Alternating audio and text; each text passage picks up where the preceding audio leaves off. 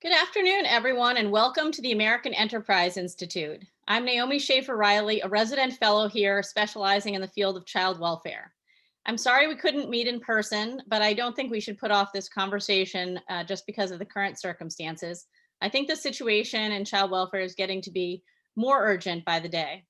I'm sure many of you have read the headlines, and a significant number of you in the audience have probably seen the results up close. In many jurisdictions like New York City, they have seen a more than 50% drop in reports of child abuse and neglect. Massachusetts saw a drop of 55%. In Cuyahoga County, Ohio, the Division of Children and Family Services received about 1,500 complaints of abuse or neglect in April and May, down from almost 3,000 during those months in 2019. Few people, of course, think that these results are that this fall in reports is the result of children being subject to less maltreatment. Rather, it's that children are not being seen. More than a fifth of maltreatment reports in 2018 came from teachers. Physicians, who are another major source of reports regarding abuse and neglect, have also not seen many children even for their regular visits. A recent study by the American Academy of Pediatrics found that between 70% and 80% of children were missing even their regular doctor's appointments. With the lockdown in place, we simply don't know what's happening to many kids. They're not at school, many of them not even remotely. They're not at doctor's offices, and we just don't know what's happening in their lives, whether they need any kind of help or whether they're in danger. The pandemic and the lockdown have exacerbated the information problem that is already at the heart of child welfare. Here is what we do know. Parents and caretakers are under much greater stress due to job loss and the round-the-clock demands of having children at home. Families may need more financial help or food assistance, and we've already seen an uptick in substance abuse during the lockdown, and this is no doubt affecting already at-risk families. So what can we do about this information gap without pushing the government to intervene unnecessarily into the lives of private citizens? Today, we're going to talk about how the child welfare and family court systems have weathered this strain, and whether there are things that we could be doing that would strengthen them even for the future. And we'll talk about what civic and faith-based organizations have been doing in order to improve the landscape. I'm pleased to welcome our three panelists today. Greg McKay is the former director of the Arizona Department of Child Safety. Under his leadership, the department successfully completed the backlog of over 16,000 uninvestigated cases. The department also safely reduced the number of children in state foster care by 25%, thus reversing a 10-year growth trend.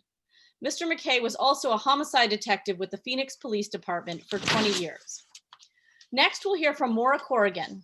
Judge Corrigan has served for 2 terms as the Chief Justice of the Michigan Supreme Court.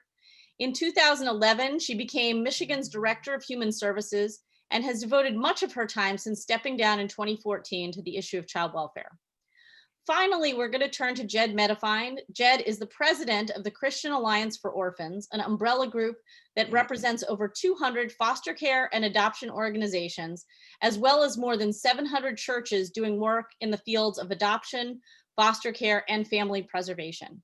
Prior to this role, Jed served in the White House as special assistant to President George W. Bush, leading the Office of Faith-Based and Community Initiatives. After each presenter speaks, we're going to come together as a panel for a discussion, and then we'll open up the floor for questions. And I really do want to hear the questions all of you have out there today. If you would like to submit a question via Twitter, please use the hashtag childwelfare, or you may also send an email to my colleague Celine Buchan. It's celine.bookin@aei.org. So with that, let me turn it over to Greg for his thoughts on what we know and what we don't know about what's going on with these kids. Greg? Thank you, Naomi, and good afternoon, everybody. And thank you for having me here today. I appreciate the invitation. So when I saw the slogan, "Safer at Home," that read across a podium during a press conference by Los Angeles Mayor Eric Garcetti at the start of the pandemic, I was frightened, frankly, because synonymous terms started being espoused around the nation that all signified the same thing, that isolation would prevent the acquisition or spread of COVID-19, hence there was safety. And at the same time, unions, along with some ineffective child welfare leaders, lobbied to formalize an abrogation of their legislatively required duties, rationalizing the absence as somehow for the overall public good. So, what did that mean for children living in unstable or abusive environments? So, years of reading seasonal data regarding child maltreatment matched with my firsthand knowledge of high profile investigations of child abuse allowed me to answer that question with sad certainty. For many children, isolation merely leads to this: chronic abuse with no one to intervene on their behalf. So, throughout my career, both as a homicide detective for a major metropolitan city and as the head of a state administered child welfare system, secrecy has been the key ingredient to some of the most egregious cases of child physical abuse, sexual abuse, neglect, and fatalities. In most scenarios, children suffering chronic abuse are vulnerable due to their dependency and their small stature, their inability to seek help, and their obscurity from the public eye. And they don't attend daycare or school, and they are purposefully hidden at times. So there's a reason that over 80% of child fatalities are due to maltreatment involve kids that are under 6 years of age. And moreover, parents acting alone or with another individual or parent are responsible for more than 80% of abuse and neglect related child fatalities. So when I hear safer at home, I think certainly not for all. So when I ran the state's child welfare system, understanding seasonality as it pertained to child maltreatment report volume was vital. Everyone working within child welfare systems understands that the capacity is the most vital component to maintaining fidelity. So managing demand with adequate resources was always a challenge. Therefore, you had to know how seasonal factors aggravated or mitigated demand for child abuse response and investigations. So for example, in the summer months when school is out, quite like has been for many, many, many months now due to COVID-19, that typically would bring a reprieve to child welfare systems as it pertained to the amount of reports they were getting requiring response. And at the same time, however, summer always became synonymous with the season of some of the most extreme chronic abuse cases or death cases. So simply put, the decline in volume doesn't mean children are receiving an equivalent reprieve. So essentially, during the summer months, ignorance is often bliss for child welfare agencies during times when school is out, but that reckoning comes when school resumes. So America's response to COVID-19 and some jurisdictions' standing down approach will bring the biggest reckoning in recent history. So the COVID-19 pandemic has resulted in more panic than it has resulted in death, in my opinion. Schools have been shut down from coast to coast, leaving children isolated without supports and the watchful eyes of our most vital mandated reporters, our teachers. And although data involving COVID-19 was and is still immature and evolving, we know the outcome data pertaining to isolated children, but we haven't seemed to consider it. Moreover, think of the stress in these already challenged homes compounded by this epidemic. And thankfully, most American families will adapt and overcome and place their children's physical and emotional health of paramount importance, but too many American families were already suffering high risk factors for child abuse before COVID-19. Economic distress, housing instability, drug and alcohol abuse, mental illness, domestic violence, and feelings of isolation already propelled the frequency and severity of child abuse and neglect. COVID-19 accelerated those frailties and risk factors for children. And all of us have experienced the sting of this uncharted time in American history, but imagine if you were already tremendously vulnerable. Perhaps shutting down America to limit spread and preserve the capacity of our healthcare systems was worth it for some, but it is not worth it for all. Children are paying that price, some very painfully so. So although I'm no longer directing the state's child welfare system, I predicted the way this would unfold for victims of maltreatment and their response systems. Anyone with experience in child welfare could. The immediate effect of the pandemic on child welfare systems was one of a lull as it pertained to report volume. Child abuse hotlines received record low reports of maltreatment. Thus, investigative responses were minimal, and the number of incoming calls and reports will remain low so long as schools close and kids are isolated. But cases involving serious abuse and death are on the rise. So as school resumes, there will be a glut of mandated reports as teachers are detecting and listening to and reporting abuse that occurred during the duration of the quarantines. Child welfare systems will be ill-equipped to react as capacity is diminished during this crisis, but will be needed in spades when the crisis subsides. So reports, as I experienced, will pile, backlogs of investigations will grow, and kids will start being brought into and remain in foster care at a higher rate as service arrays will fail to be able to meet that demand. And these outcomes will eventually lead to a nationwide repudiation of child welfare systems. And if political and economic law exists, child welfare will be the beneficiary of yet more reforms brought about by our own self-inflicted response to COVID-19. So let us not live out what is clear for many professionals like myself. While confinement is still the strategy for some of those trying to manage spread, communities need to be watchful of those children at risk. People need to intervene, report suspected child abuse and neglect. Schools and churches and communities need to combine efforts and fill the gap, be it food or moral support or just simple contact and connection. Medical and behavioral health providers need to ensure continuity of care, optimizing telemedicine or virtual visits, whatever is necessary. Entitlements, this is potentially a controversial topic, but entitlements should be struck with some stricter compliance to visualize children as safe and families are well before the continuous distribution of subsidies and assistance without any kind of validation or verification. And police need to be more mindful of the condition of children when reaching these calls for service, which has been evident in Arizona as the police referrals to the child abuse hotlines have grown significantly, meaning they're finding children in bad circumstances when they're responding to unrelated matters. So all these things will help flatten the inevitable curve of catastrophic child abuse and the impending landslide of volume coming towards the front door of child welfare systems around the country. As for child welfare, the best agencies maintained their essential personnel status and provided PPE and support to their first responders while converting the rest of the workforces to virtual. Family preservation teams remained engaged with families who've experienced recent reports. High-performing agencies maintained their service array and continued to hold permanency hearings for reunifications and adoptions. And they pivoted to concentrate their efforts on proactive strategies to prevent reoccurrence of maltreatment with known families, although this requires legislation in some jurisdictions.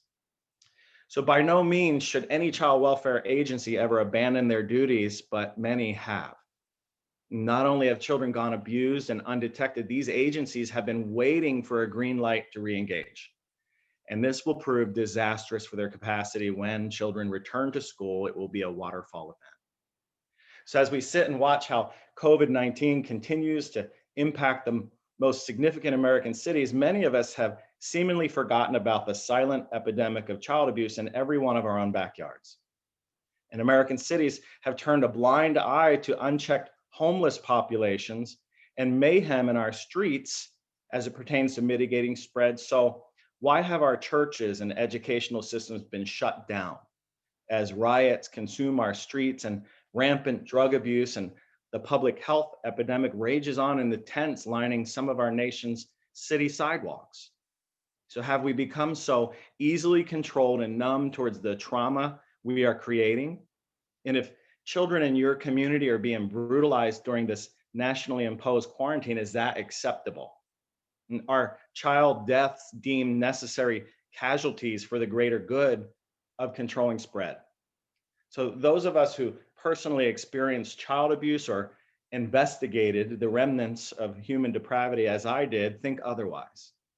So I ask that we stop painting the entirety of the American portrait with such a broad brush and think, if facts support our actions, then move forward. But otherwise, unless the facts support, let's open up our schools, open up our communities, and regain our American way of life for the sake of our most vulnerable population, our children. So thank you for being here today and listening, and I look forward to the conversation with my peers as we move forward. Thank you so much, Greg, for that presentation. We're going to now look to Judge Corrigan to share her thoughts on what has been going on during the last several months with the family court system. Thank you, Naomi, and good afternoon to everyone. I'm so pleased to be a member of this panel with outstanding experts like Greg McKay and Judd Medifind, and glad to shed some light on what's been going on in family courts during the pandemic lockdown. By family courts, I mean those courts that hear on their dockets abuse and neglect cases. In order to prepare for today's presentation, I reviewed materials from national judicial organizations, including the National Center for State Courts, the National Council of Juvenile and Family Court Judges, the National Association of Women Judges, and the Conference of Chief Justice and State Court Administrators. I also looked at materials from Casey Family Programs and the U.S. Department of Health and Human Services Children's Bureau.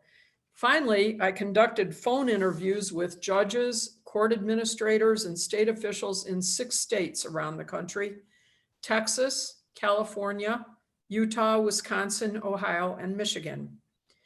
Before I talk about family courts specifically, I want to generally talk about how state courts reacted to the COVID-19 public health emergency. The National Center for State Courts reported that state courts commonly took 5 actions. First of all, jury trials were suspended or severely restricted. Secondly, in-person proceedings were suspended in courts. Third, teleconferences or video conferences were required or strongly encouraged instead of in-person hearings in our nation's state courts. Courthouses themselves were closed and entrances blocked. And finally, deadlines were extended, including deadlines to pay costs and fees. With that backdrop, what specifically went on in family courts? I have 3 main points to make with you, and I overlap some with what Naomi and Greg have already had to say. The first and most important factor, I think, since March of 2020 was the dramatic reduction in reports of abuse and neglect to our nation's child abuse hotlines. As a consequence of that reduction, then, court filings went down across most jurisdictions. And as Naomi and Greg, I think, both pointed out, we saw dramatic reductions across the states. As many as 40 to 50% fewer reports were received during the months of the pandemic. Again, Greg and Naomi mentioned why this occurred. Mandatory reporters like school teachers and counselors, doctors and nurses are the principal source of reports to child abuse and neglect hotlines. And because the schools were closed and medical visits were suspended, children just weren't seen and the reports did not come in. I want to point out that this reduction presents an opportunity for us to rethink our approach in low-risk cases. Now, I'm not talking about abuse cases here, but rather in cases that we label as neglect cases. Casey Family Programs came out with a very interesting paper on September 9th of this year, calling for a change in how we deal with low-risk cases. Should we be rethinking the roles of mandatory reporters? Should there be some sort of interim step before we make a referral to a child abuse hotline for low-risk neglect cases? Should we be sending struggling families and helping struggling families with supported services before we refer them to a child abuse hotline for neglect? So should we be offering more supportive services for people dealing with poverty issues, or should we be engaging in policing of these individuals? I think this is something worth talking about during our Q&A session, and I suggest you take a look at the Casey Family Programs paper on the subject. The second point that I want to make with you this afternoon is to point out that because of the fact that hearings were suspended in our family courts nationwide, there is a backlog of undecided cases around the country. And there's a conundrum in family courts as well.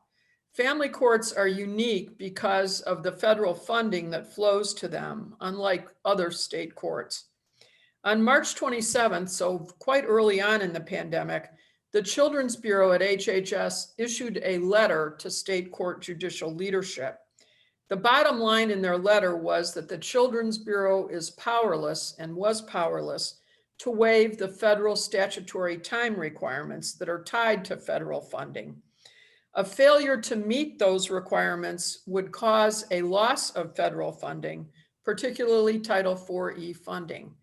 I hope that most of you on this program this afternoon are familiar with the federal statutory requirements, but understand what this meant and means. First of all, contrary to the welfare findings must still be made in our state courts at the very first hearing after a child has been removed from that home. Secondly, within 60 days, there have to be findings that reasonable efforts to prevent removal were made, and reasonable efforts to finalize a permanency plan for a child have to occur within 12 months of a child's entry into foster care. So these are rigid requirements, and the Children's Bureau said, we can't do anything about them, states. You have to meet these requirements.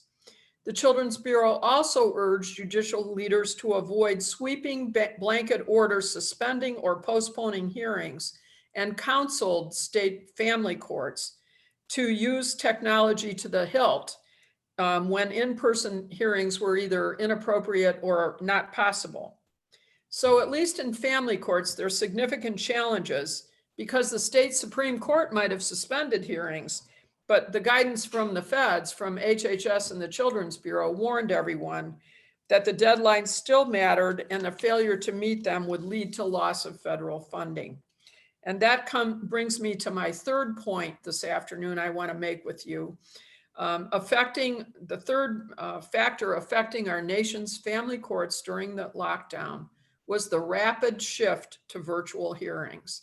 I've come to think of this as the pivot to remote. That's what I call it. As I said, most states had prohibited or severely limited in-person physical presence. So family courts had to pivot and speed up their implementation of virtual hearings. In my almost 5 decades as a lawyer, I have never seen a bigger or faster change in what family courts have done. This is the biggest and fastest change that I've ever encountered. It was true in every single state where I conducted interviews and in all the materials that I reviewed. Let me say further that this was not a seamless pivot to remote. A significant factor that affected this pivot was the disparity in access to technology. So impoverished participants in our family courts were unable to connect. And in addition, we had issues of connectivity in rural areas across the country. Family courts then were forced to become very creative in order to have access to remote hearings. In several states, Texas, Illinois, Iowa, and Idaho, for example, they introduced video conferencing kiosks in various social service agencies and libraries and courthouses in their states. The courts staggered their dockets and assigned court employees to help people with the kiosk to make sure that they got connected. And that seems to be working effectively in several states. Other courts shifted to teleconferences only hearings. But I must say, I understand why Zoom stock skyrocketed. So I found that the judicial branches across the states were not ordering specific vendors for remote hearings, but Zoom became very popular.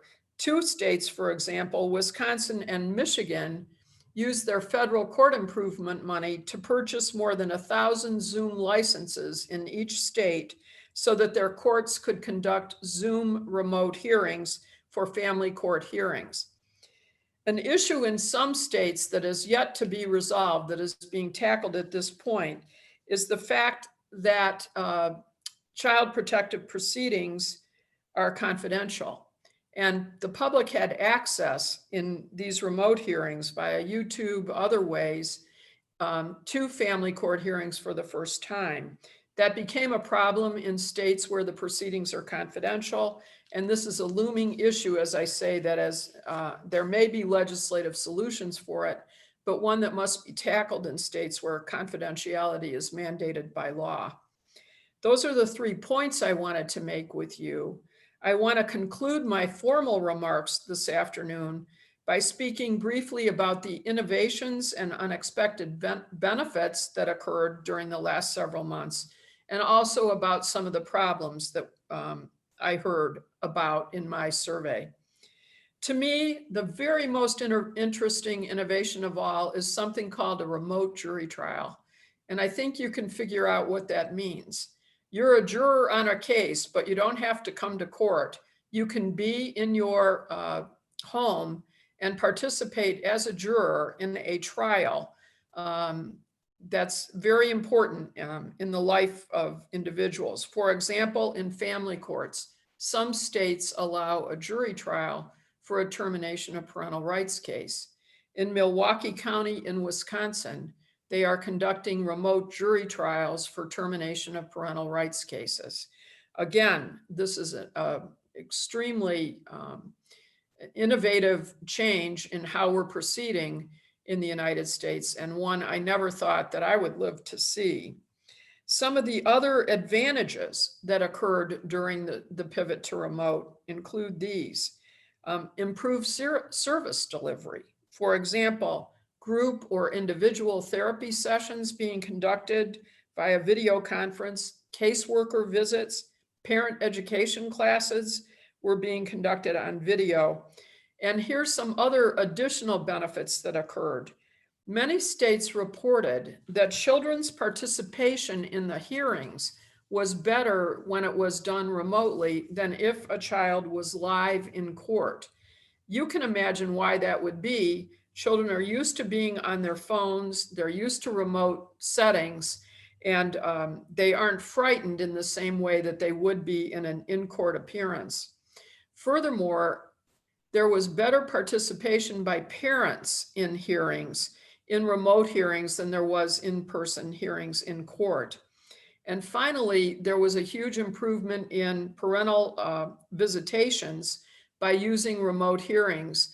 Again, sometimes now where there's parent-child visits, they can occur every day instead of weekly or bi-weekly. And as you can imagine, especially where reunification is the goal, daily visitation is reinforcing and gives great hope to parents who are working hard to have their children restored to their home. I want to conclude by mentioning some of the problems that there were reported across the child welfare system. First of all, delays in achieving permanency. Second, I learned about problems of homelessness and unemployment for aging out youth. Third, there's been a shortage of foster parents entering the child welfare system. And finally, I'll mention adverse effects on tribes. There's a higher percentage of tribal members afflicted with COVID. And because casino revenue funds child welfare in many states, the shuttering of casinos caused a reduction in funding for child welfare services. And this has had adverse effects on tribes. I also heard a bit about the suspension of drug testing, the loss of services, and the lack of child protection workers due to furloughs that took place. The lockdowns have generated rapid changes in how our family courts have been functioning in this country. This is a situation over the last several months where we've redesigned the court system under emergency conditions. I love the old adage that you have to fly the plane while you're building it. And I think that's what's been going on in American family courts since the pandemic lockdowns began. The lockdowns have generated many positive changes, in my view: enhanced participation by children and parents, greater convenience for participants in the system, and I predict that the benefits will be with us and we will see permanent changes from the time of the pandemic lockdown long after the pandemic is over and done. Thank you for your attention this afternoon, and I will turn this back over to Naomi. Thank you, Naomi. Thank you so much, Judge Corrigan, for sharing that with us. I'm sure it was eye-opening for a lot of our audience members who don't really understand what's going on in these courts, and it was a little heartwarming to see some good news coming out of what's been going on the last few months too. So with that, I'm going to turn it over to Jed Medifine to tell us sort of what's been going on in the world of civic and faith-based organizations that help these at-risk kids too. Jed? Thank you, Naomi, and Greg and Maura. Immensely significant information, and I hope I can add to that, and perhaps a bit of encouragement amidst the hurt. So to start just on a little bit of a personal note, although I serve currently in the nonprofit sector, most of my professional life has been on the government side, governing, and one of the biggest lessons that I feel like I had to learn again and again and again, whether engaging issues from homelessness, prisoner reentry, addiction, to global AIDS through PEPFAR and other areas, was simply this: that government has a vital role to play, and it can do immense good in addressing deep human needs. But it also has very significant limitations and weaknesses. And what I saw was that community-based organizations offer a vital complementary strength to what government can bring to bear on various issues. And that's not to say that one or the other is better, but you both have critical roles, critical strengths. Government, has scaling capacity, convening power, legal and judicial roles and powers. But CBOs, community-based organizations, have a nimbleness and creativity government often doesn't have. They have immense private resources, including funding, as well as human capital and social networks. And perhaps most importantly, relational elements, drawing upon a strong and very passionate volunteer base. And of course, faith-based organizations are a vital part of that. A number of scholars, including AEI's former president, Arthur Brooks, have found that people of deep faith give money and volunteer and even donate blood at rates significantly higher than the general population. Dr. Brooks even found that those who attend church each week give more than double the percentage of their income compared to those who rarely or never attend, even to non-religious charities. And so, of course, again, that doesn't convey that people of faith or faith-based organizations are better than others, but it simply says that faith-motivated individuals and organizations are invaluable allies if we are serious about addressing deep human needs. And that reality has really played itself out in very interesting and unique ways over the past 7+ months as we together have addressed the COVID crisis. In many jurisdictions, as we've already heard, expressions of government child protection have actually diminished or even withdrawn entirely. And some of that has been due to non-operation of entire institutions like public schools. In other cases, it reflects agencies or workers being unwilling or maybe unable to provide their roles. And in many of these same contexts, faith-based organizations and churches and faith-motivated individuals have actually not only continued to serve and engage in those spaces, but in many cases actually expanded their work with vulnerable children and families. And so we're going to take a little bit of a journey around the country and look at some snapshots of what that looks like. Now, I'll start with one little anecdote that just perhaps gives a little bit of a window into this. In South Florida, right as the crisis was just kind of hitting the radar and people were realizing that COVID was a very serious thing, there was a boy who was taken into the child welfare system. His caregivers had tested positive for COVID, and it was thought that he very likely had it as well, but he had been tested. They hadn't had the results yet back. And the child welfare system was reaching out to all the families and not a single one in the whole county was willing to take this boy. And then after just a little bit of time, one of these families called back and said, we are willing to take him.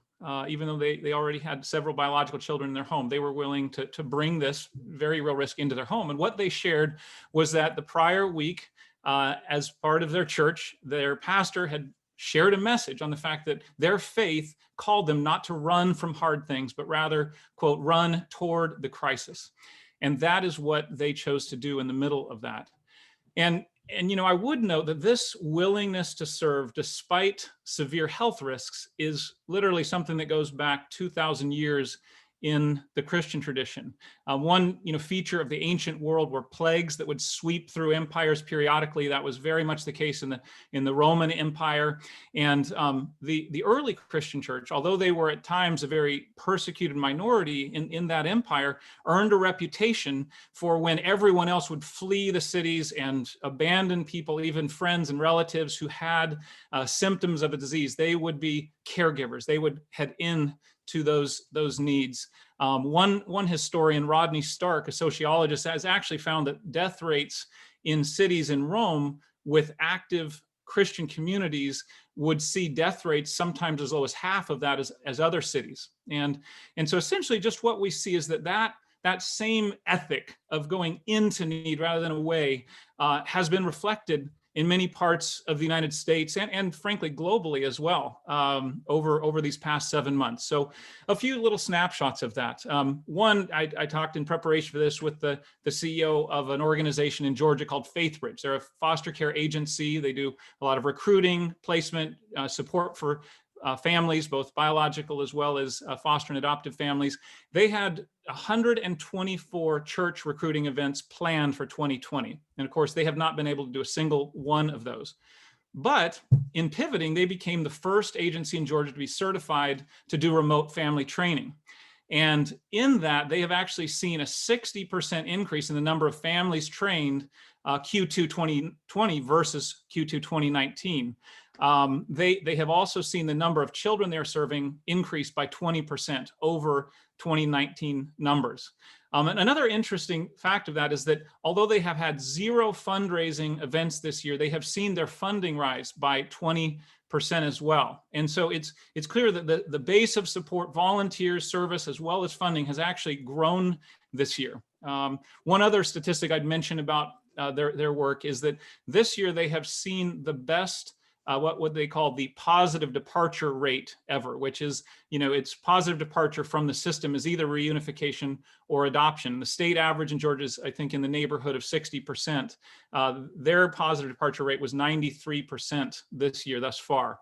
And what they attribute that to is a very strong and very cultivated relationship between their foster parents who are seeking to do this to care for children, but connecting those foster parents with the biological families as well. And they see that when that connection is real and strong, they actually have a 2.5 times higher rate of positive departure. So I felt like that was just a great picture of one part of the country. Let's move to Bethany Christian Services. They do both foster care and some adoption services in many parts of the country. And not in all jurisdictions, but in the majority of them, they have seen an increase in the foster parent recruiting and engagement numbers. In Pennsylvania, that's a 30% increase. In Indiana, they saw a modest decrease. In Michigan, they saw a 55% increase in Q2 over the prior year. And so while there's variety, they have seen more families stepping up, largely out of church communities. Another example, down in Arkansas, there is a network called The Call of Arkansas. They work with churches across about 2/3 of the state's counties to raise awareness, recruit families, and then support families that are fostering as well as biological families. And this year they did see a small dip in the number of families recruited, what they attributed to a kind of a COVID pause, where they just was a period of time where things weren't active. But they have actually significantly increased their online recruiting and training. And although the number of homes is down modestly, about 6%, the number of children cared for has risen 14% this year. And one of the things, again, that their CEO points to very heavily is the way in which they're not simply recruiting foster parents, but entire support structures around those individuals, based usually in local church communities. They shared one story that I thought was fascinating, that normally they actually have hubs in many of their counties that provide free clothing and diapers and car seats and other things to foster parents. But those supplies had run out. And so there was a group of young girls who organized a community parade with cars for getting donations. So they announced this across these communities, and these cars drove through the communities, and people would bring out these donations. With more than 135 cars participated. They collected an immense amount of resources.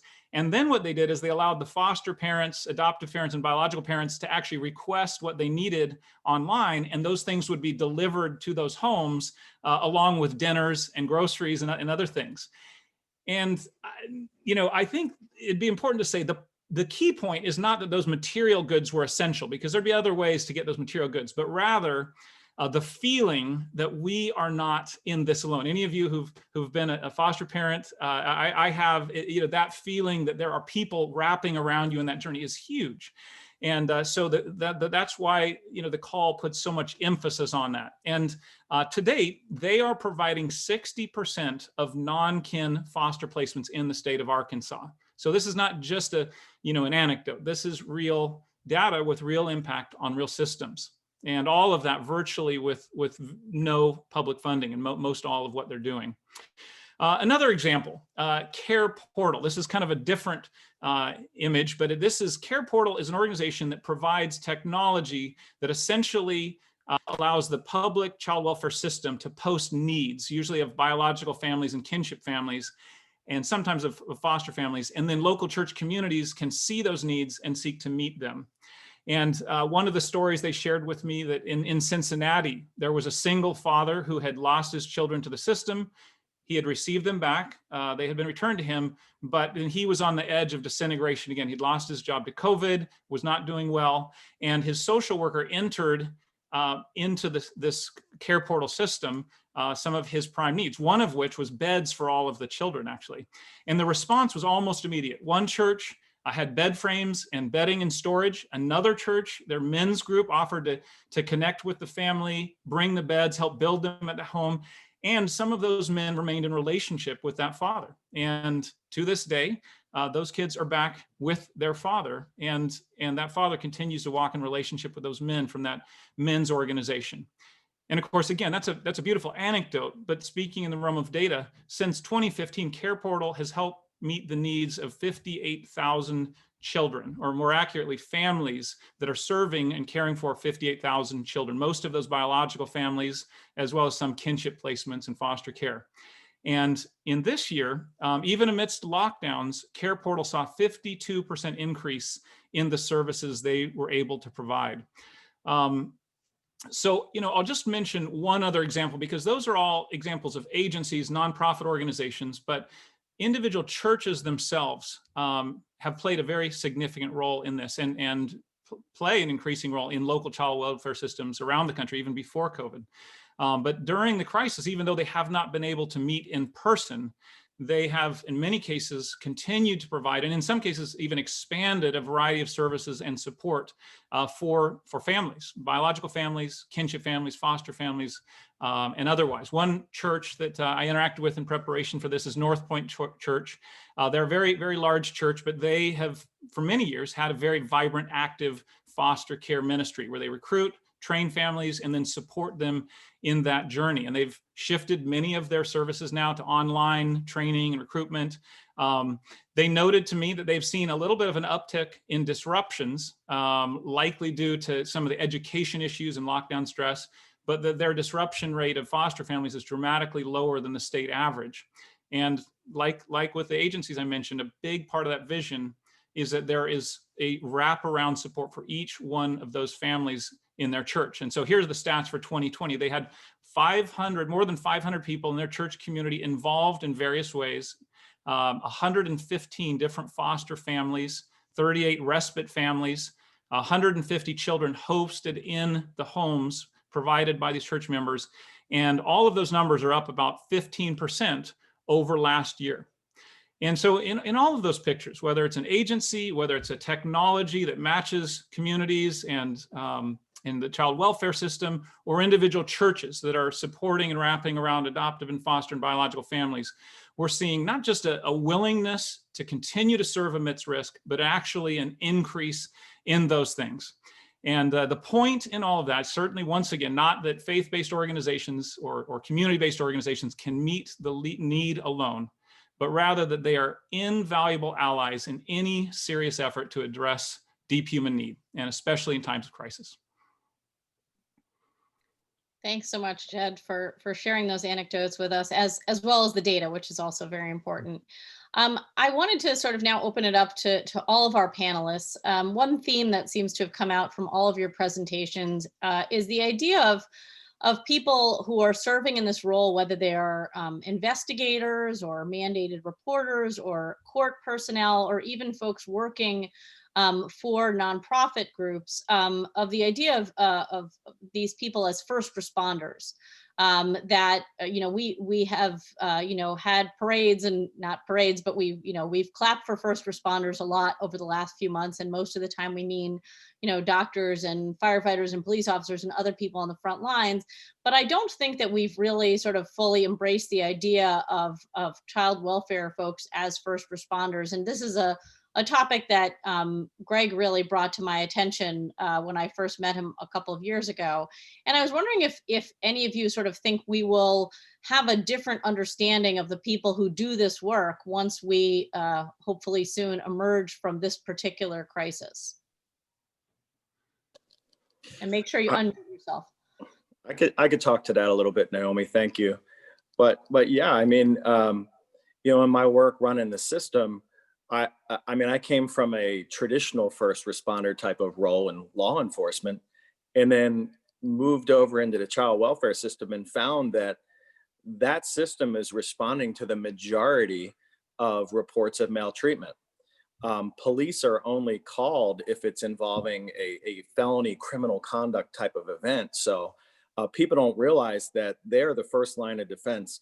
Most of the time, people call the child abuse hotline and not 911 or Crime Stop, meaning a child welfare worker is the first and only person that's going to go out and ensure some type of child safety or figure out if there's some type of need. So, they are first responders in every sense of the word, and they need to react accordingly, because when they decided to back away and wait, there was nobody else going. Nobody else was getting that call. So I'll turn it over to my partners here. You could talk sort of more specifically. You mentioned, I know in California, there was a situation with the union there, and Maura mentioned too, furloughing of child welfare workers. Those are not the kind of things that we would generally find acceptable if we were talking about other first responders.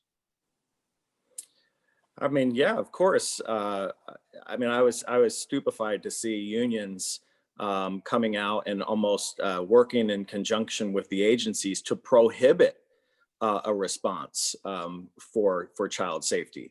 I mean, in Arizona, there was quite an upheaval because a lot of people did say, "I'm not going," and the leadership's response in Arizona's system was, "You must go. You're the only person to go. That is your job, to go out and respond and ensure child safety. Here is your PPE. Here is a mask. Here are gloves. Here is a more high-speed SCBA type of mask, in fact, for some of the most concerned people." But it wasn't optional. You had to go. If you didn't go, then you'd be looking for a different job after the fact. But some states, unfortunately, took the alternate position, just stood down, and there was several catastrophic cases after the fact of child deaths that were, small children off the radar, known to the system, where there was just flat no response.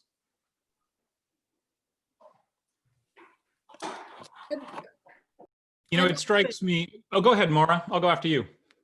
Thank you. I just wanted to pursue a little bit, developing Naomi's question about first responders and whether we might see some sort of a structural change in the way child welfare systems define the roles.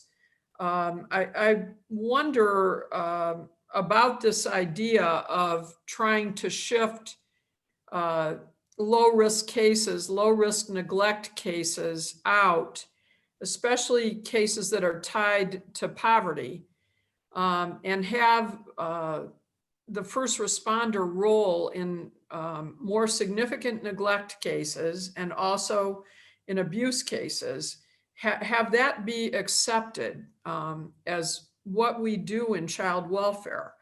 I wanted to mention 3 places, San Diego, Connecticut, and New Hampshire, that during the last several months have created what they call warm lines, where they will work with families that are having issues around poverty that we might define in some states, for example, as educational neglect, where a child isn't coming to school or the child isn't signing in online.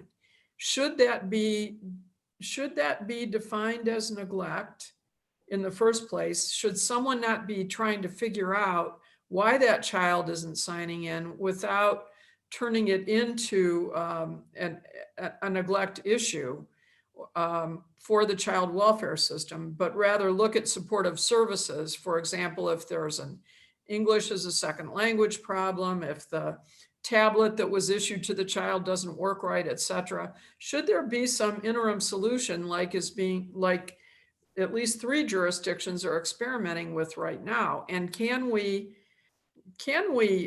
pivot in the new world that we're living in to a better line between supportive services for those that are impoverished and in need of help, and that wouldn't likely turn into a substantiated abuse and neglect cases that take up investigative resources and then turn out not to be a case that gets filed in court? Should we be making a change there? And then the still fascinating to me to this day is Arizona's approach that Greg developed under his leadership, when child welfare workers and more traditionally trained law enforcement work together on significant child protection cases. Is that not a model that makes sense for the rest of the country, rather than putting all of this under the rubric of social work? Thank you for letting me carry on. All right. Jed, you wanted to talk? Sure. Yeah. You know, briefly on Greg's point, which I felt like was very important, the potential to go through this crisis in a way that actually we come to see social workers, particularly those who are really in the thick of the brokenness, not just managing, a program from a distance, but wading into the homes and the lives of people who have known great hurt, themselves experiencing great emotional pain as they share in that experience with these families. That is first response.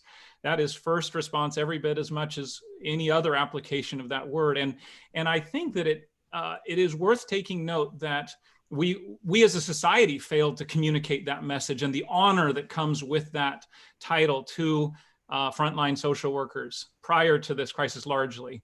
And so I think we can, on one hand, I think very rightly critique unions that shrunk from their very real role as front responders. And I think there's a critique that is needed there, calling them out on that. And at the same time, calling ourselves out, saying we failed to cement that identity for social workers and help them to feel the honor that is due to them for the emotional and sometimes physical risk that they take in wading into those really hard places.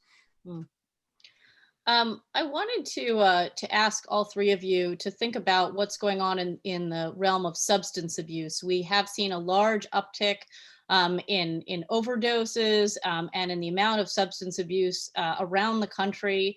It seems like almost like a second wave of the opioid crisis seems to be hitting as a result of the isolation and other stresses that people have experienced. And I wanted, sort of each of you, if you could talk a little bit about what you've seen in this area. I know, Maura, you mentioned the question of whether drug testing was still going on, but just how these at-risk kids are being affected by the rise in substance abuse that we're seeing around the country.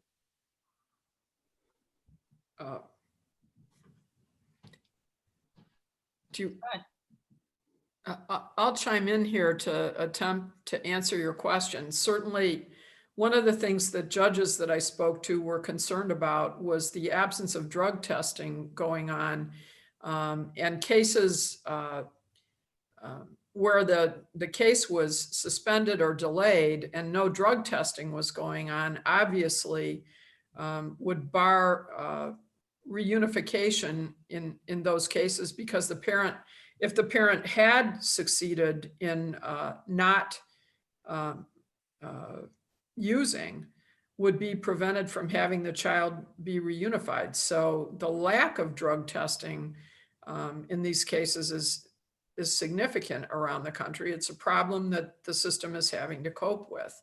On the broader problem generally, I'm concerned at some of the discussion going on today about opioid abuse and substance abuse generally, because certainly very serious cases of neglect can arise in the setting of a substance abusing parent, and a child would need to be removed because of the abject neglect that's occurring. But the move to decriminalize, I think, is going to cause significant issues. And I'd really be interested to know what other panelists think about that, because certainly in my career as a judge for almost 20 years, and then as DHS director, substance abusers pose some of the largest problems for children in the realm of serious neglect. Want me to step in there? Okay. Yeah. Thank you. Yeah, spot on, Maura. And so I just want to talk about two things real quick, going back a second to the age-old question is, child welfare workers, investigators, whomever, they need to be where they need to be and not in the wrong place. And that's generally the lamentation of families that are unjustifiably approached by the system. Is why are you here? Why are you not out dealing with more significant issues than you're finding here? But the issue with that is it's hard to determine when you're given certain information on a hotline what rises to that level of criteria. So you're bound by your state laws and your policies that provoke you into action. And so Maura mentioned how we created a response that was more of a high-end response with law enforcement merged with child welfare workers to determine if there was major crime, felony crimes, thus creating some other kind of pathway for people that are just experiencing neglect or poverty or whatever that might be. But the issue that has propelled systems to overreact, and some people are claiming now that this COVID response has shown us that there might be some right sizing at play for child welfare. But we really don't know what we don't know when it comes to that. And over the years, what happens in a rinse repeat fashion is an awful event happens. It consumes the media, it consumes the local jurisdiction, maybe some catastrophic death case happened. And what happens is more policymaking occurs out of that propels government to go to more places and involve more families that maybe was unnecessarily. So the reactionary policymaking process has driven government into more American people's homes than is necessary, because they don't want to see the catastrophic case on the headline. So that's what drives this thing. And it takes strong leadership to say no to that kind of reactionary posture, with respect to the lives and liberty of American families, while still doing your job if you have allegations of abuse. So it's the age-old quandary that we're in, so we don't miss that one catastrophe looming. It's tough. Now, regarding drugs and substance use problems, I mean, it's no secret. Probably 3/4 of the cases involving child maltreatment, children coming into the foster care system, are in some way, shape, or form drug involved.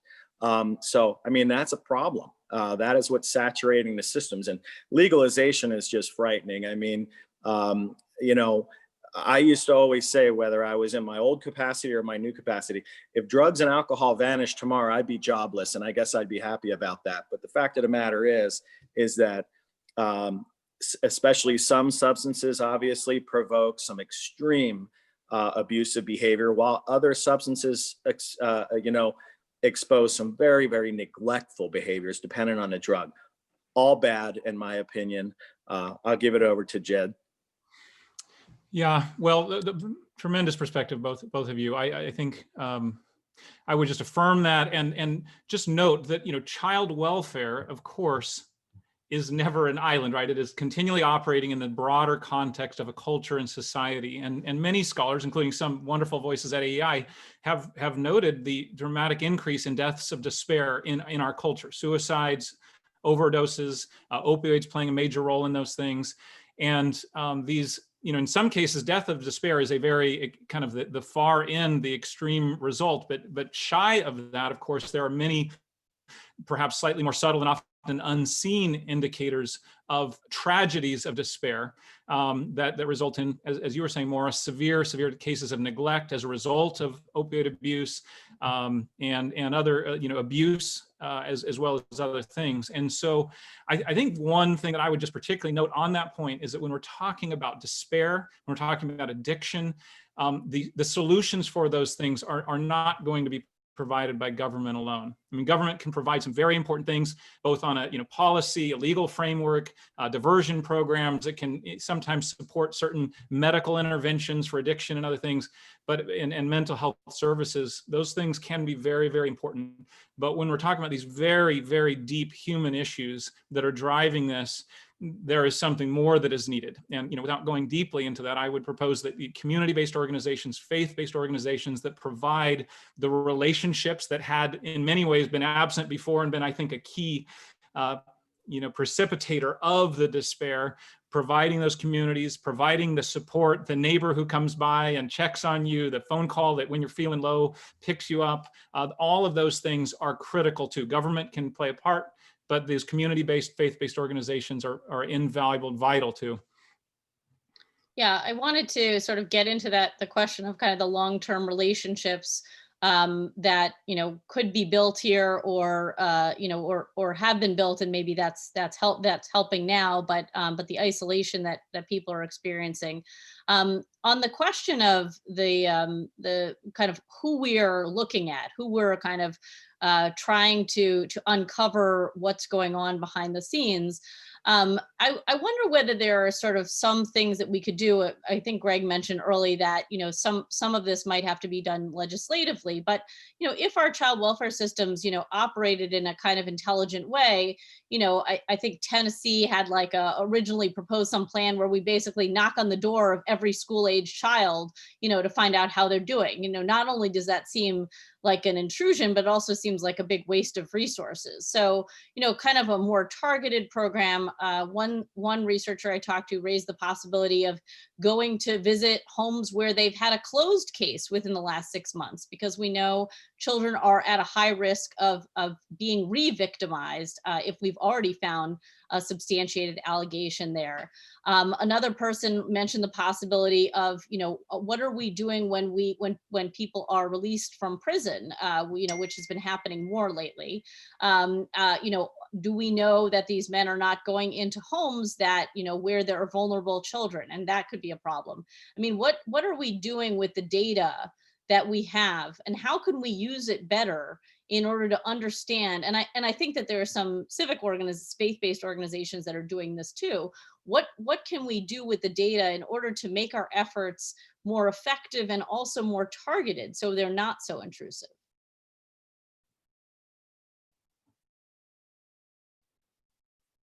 You got to call on people, Naomi. So All right. I'm just kidding. Starting with you. We'll go down the line. Well, thank you. You know, Oh, wait, hold on 1 second. Before you start, I just want to let our audience members know in about 5 minutes, I'm going to start calling on people. I'm going to start going to questions from the audience. So just to repeat, if you have a question, you're welcome to tweet it at us with the hashtag child welfare, or you can submit the questions to my colleague Celine. Her email address is CELINE, Celine.Bookin, BOOKIN @AEI.org. So with that, I'm sorry, Greg, go ahead. Oh, no sweat. Get that information in. Yeah, All I now. mean, I mean, this goes back to we need to put a camera in the living room of every American household if we want to truly try to detect and uncover abuse. And we all know that that's not possible or right. And as far as the responding to a case where it's been recently closed, even unsubstantiated, you mentioned sometimes after a substantiated case, kids will be re-abused. Well, the large majority of cases are unsubstantiated post-investigation, which potentially means there was nothing there, or it potentially means they failed to uncover the abuse that was in fact occurring. So there is typically in high profile cases and death cases, they find that there was a bevy of closed unsubstantiated case preceding that. And legislators often will say, we want the child welfare agencies to go back and check post-closure. Now, most states, especially Arizona, they have laws that prohibit government from doing that. So the only way government can respond in a proactive method would be to change the legislation. Otherwise, there needs to be a call to a hotline with allegations that meet the lawful criteria for government to engage. So there needs to be some policy change for that to take effect. And as far as the deinstitutionalization going on in the criminal justice systems, I mean, look, that's frightening. These people, they got to go somewhere, and sometimes birds of a feather kind of flock together. And these kids are living in environments with some pretty hardcore people.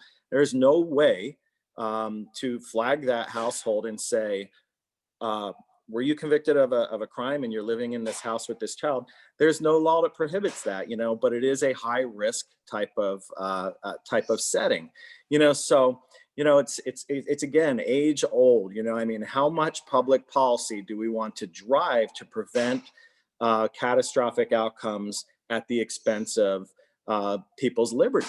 So it's a tough place.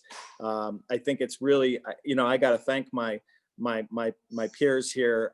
Maura is always just a breath of fresh air and has the greatest information. And Jed, I appreciate Jed balancing me because, in the world that we're in, Maura was a judge and a commissioner. I was a homicide detective and a director commissioner. And we can tend to get pretty low on what we've seen and what we've been doing. So, I appreciate Jed's perspective, and he reminds us of, look, this is not everybody. Sometimes we think it's everybody in our world, but most people are out there and they're really doing wonderful things. And I appreciate the work that he does to bring faithful people together to kind of lend in. And I'm 100% in agreement. Government cannot solve these problems alone. So I did want to thank you guys, and I'll let you guys answer the rest of the question perhaps. Maura? Sorry, I'm trying to unmute myself. In answer to your question of what can be done in this situation, I know about these initiatives that have occurred in some places where there's an effort to have outreach. For example, Michigan recently did that with its closed cases. And I think they did outreach to about 8,000 cases during this time of pandemic to identify who might be having problems, poverty problems in the time of this pandemic, from job loss, et cetera, in hopes of preventing child abuse. And I think they were very successful in what they had done. But I concur, if we do something to change the cases that come into the system, we lose that pool of cases to look at for possible prevention efforts. But I want to go back to mentoring and the role of churches and faith-based organizations, because something I encountered, again, as DHS director and as a judge, was the crucial importance of mentoring, and the mentoring that occurs through churches, which I think Jed touched on so well in his own remarks. But one of the things that we know from parents that get involved in abuse and neglect cases is that they're isolated. And who is in a better position to break down isolation than a church in the neighborhood, a mentoring program that could exist, not just for the children, but also for the parents, parent connectors. That's another thing that's been going on in our juvenile courts, for example, and family courts, where we have parents who've been through the system who work to mentor other parents who are in the system now to help them to tackle the same issues that a parent may have successfully resolved who's now become a parent mentor. I look at, I've been a mentor myself to 4 children over the years, and I don't think I ever learned any more from the mentoring experience any more in my professional role than I did from being a mentor to these children. And I think it does break down the isolation that children feel, that parents feel, and it's a crucial tool, and I wish it would be better developed. And I just commend Jed for the work that he's doing in that area, and I wish there were 1,000 of you. So. Well, there actually are a lot of Jeds out there. You can, I had the pleasure last year of going to the Christian Alliance for Orphans, their big annual meeting, and there were actually hundreds of people walking around with different organizations and different ideas for how this could be done. And one of them that struck me, I'm not going to remember the name of it now, but I was talking to a pastor who said that his church sort of offered some of the services that are given to parents who get caught up in the system, a parenting class or an anger management class, those sorts of things. They're offered through his church. It's not necessarily a different curriculum than the state would offer, but as part of that, the people who are enrolled in it are kind of offered the opportunity to build relationships with people in the church, and they're actually set up with a mentor if they're willing to be. So it's a way of sort of drawing people in using what the court is already mandating in terms of this class, but also sort of making sure that that serves as the beginning of a long-term relationship. And that actually leads me to the first of the questions I see here from our audience members, which is the question about kind of primary prevention efforts. What is going on in the way, I'm going to broaden it a little bit, of prevention services. Maura, I know you mentioned that there had been some services that were not operating as they should be. And this particular question is about family resource centers. What role are they playing? They seem to be getting some more funding in some states during this time. So if any of you want to kind of weigh in on family resources centers, kind of narrowly or more broadly, prevention services during this time. Jed. Sure, I'll jump in. Of course, the Families First Act is going to affect a broad shift of resources from child protection to prevention services. And there's a lot to celebrate in that for sure. I would note that I think there is something very unfortunate in that it was seen as a zero-sum game. And so we're actually losing critical resources where they were still needed. And so I think we will see some gaps and holes and challenges on the child protection side as a result of that. I think we should have looked for other sources for the funding for the prevention, but celebrating the good in it, that there will be a greater attention to those preventative efforts. There's a wide range, both in government. I see different states really trying to take creative approaches. And then of course, nonprofits that are more nimble and creative often are stepping into that in a whole range of ways. Everything, from addiction support, parenting classes, anger management, just mentoring, those relationship rich elements that government alone cannot provide. And I'll mention one specific program, which I'm sure some of you have heard of, which is the Safe Families program, originally coming out of Chicago area, that is really in many ways designed to pair a family that's in crisis with another family that is actually willing to care for their children temporarily, instead of those children going into the foster system. And so the courts do not have to be involved. It's not a legal case. And so it's very voluntary. And the hope is that those children, the parents can, if they need to, take a drug rehab class, if they need to just get on their feet, and then their children can be returned to them more swiftly, and there's less trauma on the children, there's a stronger relationship there. And so, that is certainly not the only answer, because we all know there are many cases where that wouldn't be an ideal scenario, but it is one of myriad potential answers that I think are stepping into that critical prevention space. Maura?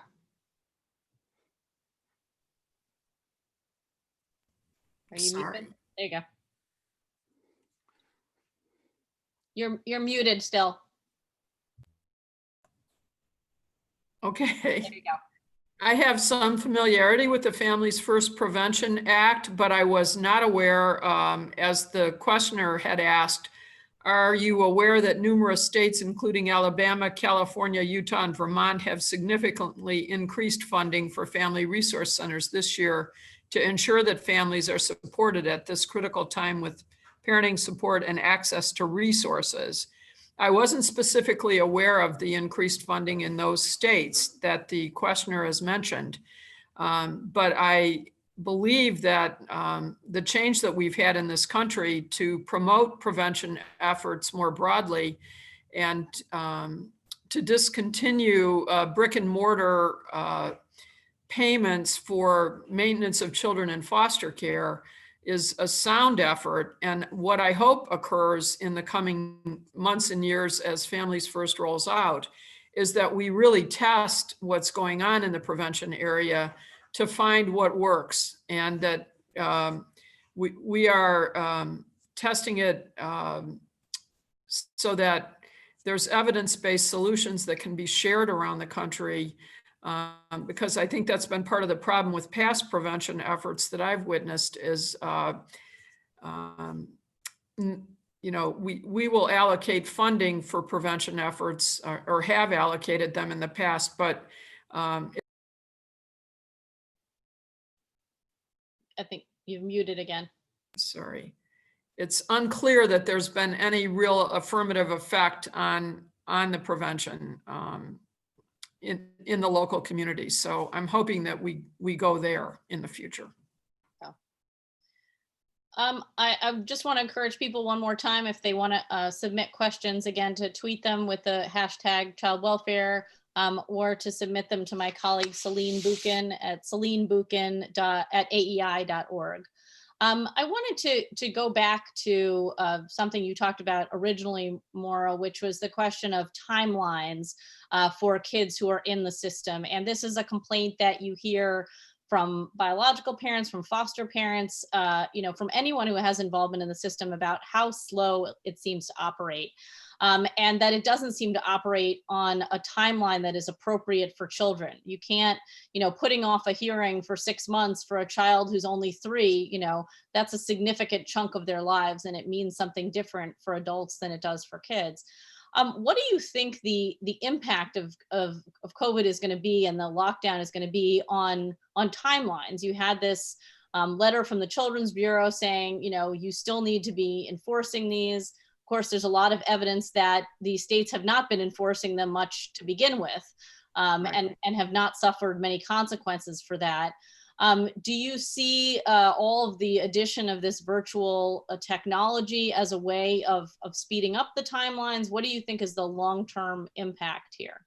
I really think that we've undergone a sea change, as I said, in the shift or the pivot to remote, and that we have to figure out how to make timelines work in the virtual environment that we're living in now. And that's going to be the task for family courts in the future in order to enforce timelines, because I agree with you. We established federally these timelines for the filing of petitions for termination of parental rights, et cetera. And I suppose you could say the enforcement efforts haven't been that significant. They have certainly been by the Children's Bureau in the area of Title 4E, and I call them the audits that the states have to undergo. But I think that there has to be a significant effort to figure out how we do this in a remote environment, and that's got to be the task upcoming in our nation's family courts. Mhm. No, and obviously you see a lot more. I mean, I'm not surprised at how much more participation you see from all the parties going on in family court, given how inconvenient family court is for most people, who say want to hold down a job. Just the requirement that you show up at 8 o'clock in the morning and you could be waiting there. I'm talking about the experiences I've had, just watching New York family court, but I think this is true elsewhere too. You could be waiting there for hours, and then you could have not everybody's here, not all the paperwork has been filed, go home and come back tomorrow or come back in 3 months. But if you could get people's participation virtually, we would have the opportunity to move things along much faster. I was wondering if Greg, you have any thoughts on this?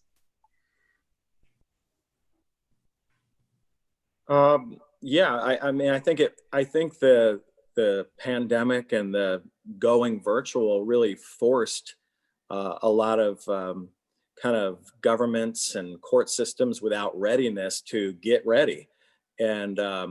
And although it wasn't done seamlessly at the jump and still is struggling in many places, a lot of places did continue to hold their hearings and did continue with adoptions and reunifications, although at a slower pace. I mean, the problem is that when kids stay in care too long, first and foremost, obviously, that is a painful quagmire to sit in emotionally, which is just awful. But secondary to that, the longer children stay in the system, the more evaporated your service array gets, which causes more kids to have to stay in group care and shelters because there's no homes left because they're long staying. So it's so important to keep it moving for a variety of reasons. I think this is one area I'm hopeful. Jed, you're going to give me a thumbs up because I'm going to say something optimistic, and that is basically that I think this forced us to say we need some type of hybrid approach to the way child welfare and the courts work together. Historically, when I took charge, we had the highest number of kids in care in the country, the longest stayers in the country.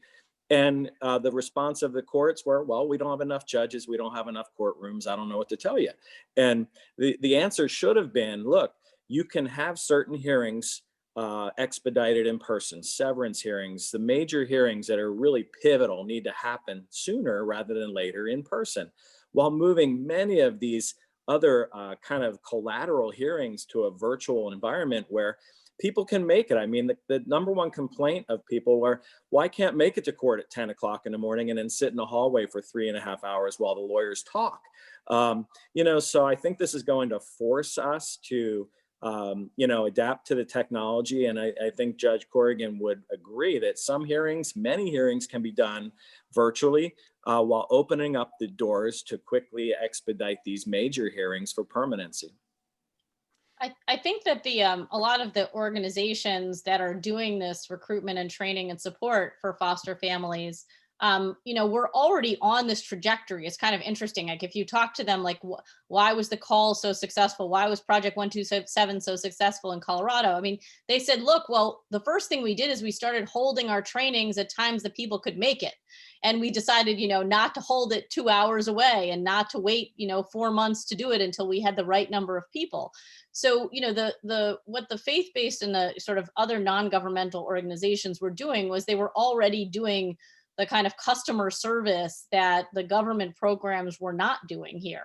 And it seems clear from your presentation, Jed, that this, they've embraced the virtual stuff and it's just another step down this road for them. Yes, yeah. And I think this really underscores the potential actually for a lot of good in government systems that by nature have not been as nimble or creative. And that's understandable. You know, it's just a weakness of government anywhere in the world.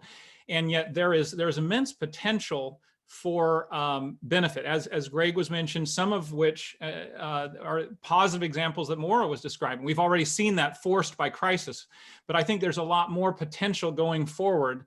And I think one piece of that is that we do need to look seriously at the issue of predictive analytics. I bring that up with a lot of trepidation because I have real civil liberties concerns about it. I think anytime it would be used, it would need to be very carefully, clearly prescribed by a legislative body that's saying, these are the boundaries. It cannot be used outside of these boundaries or in these other ways. And there will always be a human being, a social worker or a judge making a decision, not the machine itself. But I think it would be, a very sad thing to go without the data that can be provided by predictive analytics in the decision-making process. I mean, particularly, I know I would have my own biases, blind spots, and those sorts of things. And imagine, a 24-year-old with a newly minted social work degree trying to make these painful decisions about whether a child should return to a risky situation or be torn from their family and put in a foster home. We've got to help those individuals with those decisions using the best of data, while also, again, carefully prescribing the bounds of the decisions that data can or cannot determine. Yeah, for those of you who are interested in this question about the use of data and predictive risk modeling in child welfare, we had Emily Putnam-Hornstein and her co-researcher who have launched a pilot program in Allegheny County. They came to AEI and did an event. It was probably about a year and a half ago. We can put that up on the website with this event for those people who are interested in it. And the other thing that people are using data now for, you mentioned FaithBridge, is the use of data in order to do better recruitment of foster families, to figure out kind of what is the demographic profile of a foster family who is going to be successful and who is going to last a while, because we pour all these resources into recruitment of foster families and then, half of them quit within a year typically. So, trying to figure out in the same way that, businesses are targeting, their customers, how can we, do targeted recruitment to find the right people to care for kids at risk. So there's, I think, a lot of potential there. Mm-hmm.